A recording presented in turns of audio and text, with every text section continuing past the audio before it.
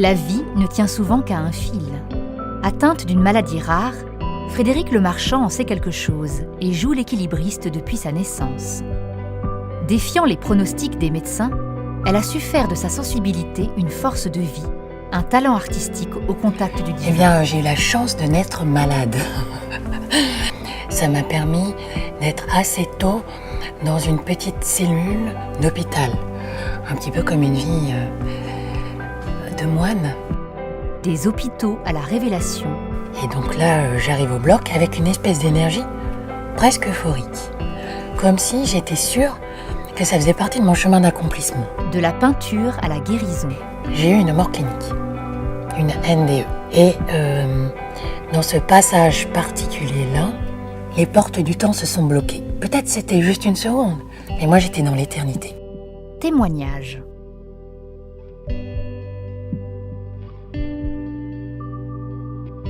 En fait, dans cette petite réduction de vie qui m'était donnée, parce que très jeune, je savais que j'avais jusqu'à 14 ans de vie terrestre, eh bien, j'ai ouvert les chemins de ma vie en dessinant.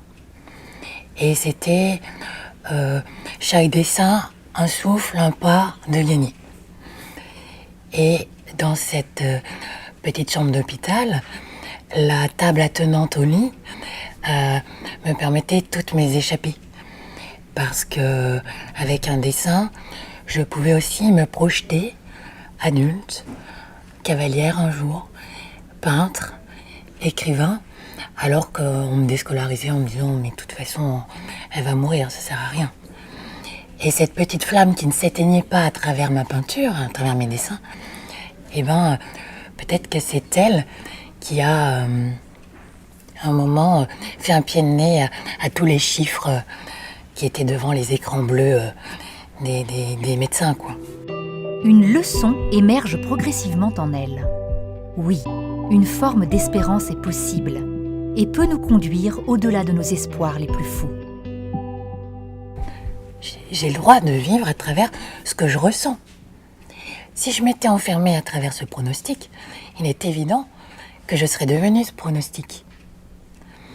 Et à un moment, juste se désidentifier de ce qui a été dit, se dire, mais attends, ok, on te voit morte à 14 ans, mais moi, je me vois adulte, je me vois vivre des choses, je me vois grandir, je me vois respirer de mieux en mieux, je me vois m'épanouir.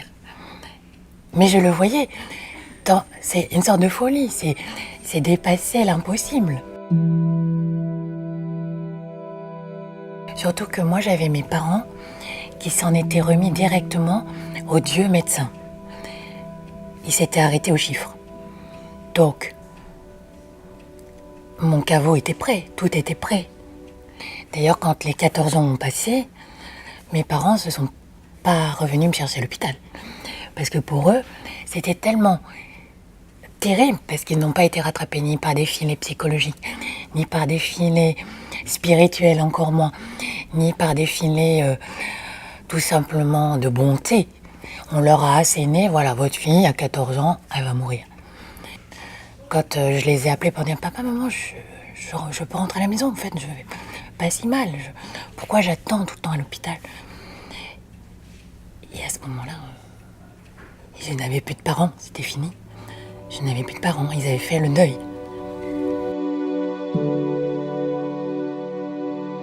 Et là, je comprends que mes vrais parents, et c'est ça qui verticalise directement, c'est Dieu. Médicalement parlant, Frédérique souffre d'hypertension pulmonaire artérielle sur syndrome d'Eisenmenger. Une terrible maladie à qui peu de personnes résistent et qui se caractérise par des hémorragies internes ou des anévrismes qui l'obligent à être transportée régulièrement aux urgences, afin que les soignants lui posent des rustines, comme elle le dit avec humour. Mais ses aventures trouvent miraculeusement grâce à ses yeux. Et qu'est-ce que tu peux reprocher à ce Dieu solaire? Rien. Donc, s'il m'a fait comme ça avec ce chemin-là, c'est que je suis capable de l'accueillir. Je pense que rien ne nous est donné pour nous écraser, mais comme force d'apprentissage. Et si, sur mon chemin, ça a été aussi laborieux petite fille, c'est que probablement j'en avais la ressource. Et ma ressource, c'était un petit crayon de papier et une feuille de dessin. Mais ces dessins, plutôt lunaires à l'époque, vont progressivement laisser place à une peinture solaire. L'alchimie de la vie transmute, jour après jour, ses perceptions et son chemin de vie. Pourtant, Frédéric est en attente de greffe. Cette transplantation, je l'ai attendue de l'âge de 14 ans à 34 ans. Donc c'est un record, triste record quand même. Mais en même temps, ça m'a appris la patience. Tous les gens que je croisais étaient appelés, mais moi, jamais. J'avais en même temps une toute petite cage thoracique qui fait que c'était forcément un enfant qui allait me donner ses organes. Et dans le don d'organes, on privilégie toujours les très jeunes quand c'est une transplantation d'un enfant. Et là, moi, je commençais à grandir, à devenir adolescente. Donc je n'étais pas du tout prioritaire par rapport aux enfants. Donc, plus j'avançais dans le temps, moins j'avais de chance. Et en même temps, c'était assez torturant parce que je me disais qu'un poumon, un autre poumon et un cœur, ça pouvait sauver 3 personnes. Et moi, je prenais un bloc, cœur, poumon. Donc, comme je voyais que ça ne se faisait pas, je me disais, bon, je vais probablement mourir naturellement. Et en fait, c'est mieux parce que ça sauvera 3 personnes. Elle s'en remet donc au grand semeur de destinée, comme elle l'appelle. Après tout, celui qui décide déjà de beaucoup, ne pourrait-il pas l'accompagner sur sa route ? Cette croyance lui donne sérénité. Je ne projette plus rien. Voilà, je ligature toutes ces projections et je laisse la vie me donner ce qu'elle doit me donner. Et je grandis, et en fait, en grandissant, je rencontre les amours. Et en fait, je suis rescolarisée, j'arrive en faculté. Et à ce moment-là, tout mon corps se transforme en corps. Et ils se disent, c'est incroyable, en fait, on va pouvoir te suspendre des listes de greffe, parce que ça va vraiment bien. Donc, pendant un temps, les amours m'ont permis de respirer. Mais la roue tourne, et les amours laissent place aux chagrins qui vont aggraver sa maladie. Et là, alors j'arrive à l'hôpital et on me dit « Ah oui, mais là, c'est tellement aggravé qu'on peut même plus te greffer. » Donc là, j'avais 31 ans. Il te reste 3-4 mois, quoi, tu vois. Et je me suis dit, maintenant, j'ai plus de contre-indication. Je peux prendre l'avion. Pour 3-4 mois, je vais faire les choses que j'ai jamais osé faire. Et j'avais des amis qui étaient navigateurs, qui étaient dans les Caraïbes. J'ai décidé d'aller les rejoindre. J'ai pris l'avion. Tout a tenu. J'ai arrivé dans le bateau, et en fait, dans le bateau, ils avaient tous le mal de mer, et moi pas. Donc, je me regaillardissais en train de préparer à manger et tout ça. J'étais sur la proue, je voyais cet horizon à perte de vue, des couleurs que j'avais jamais vues encore. La nuit, sur une mer d'huile, la Voie lactée qui se reflétait totalement, des impressions cosmiques. Que le cosmos, il est extérieur et intérieur.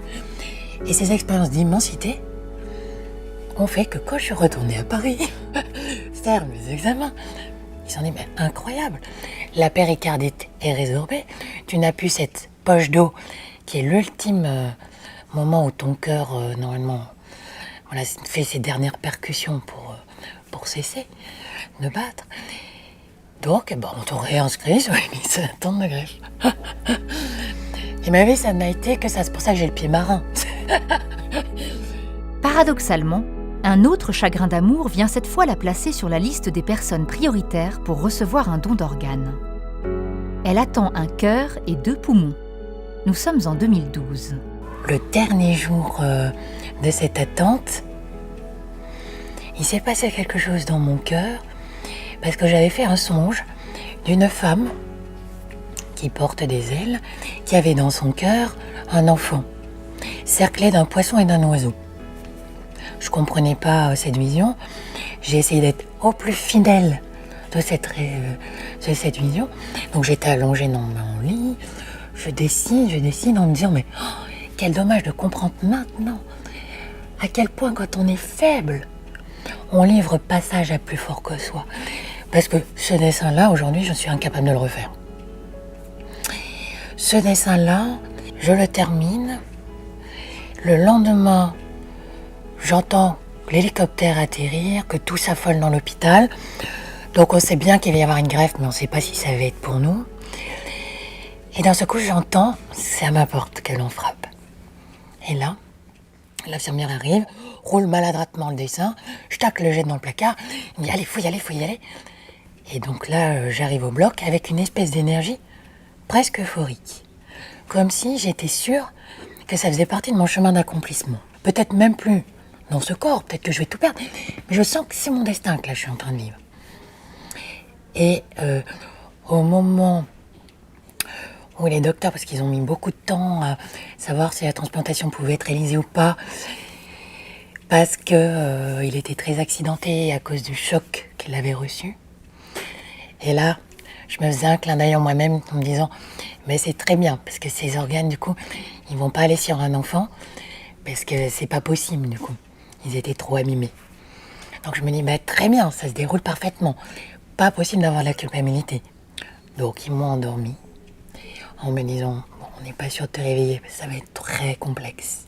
Et pendant 40 jours, j'ai dormi.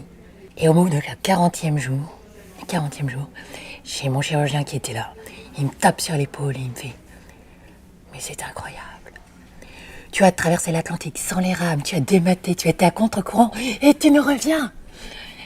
Et en fait, pendant ces 40 jours, j'ai vécu bien plus que ce que je vis là, dans ce coma.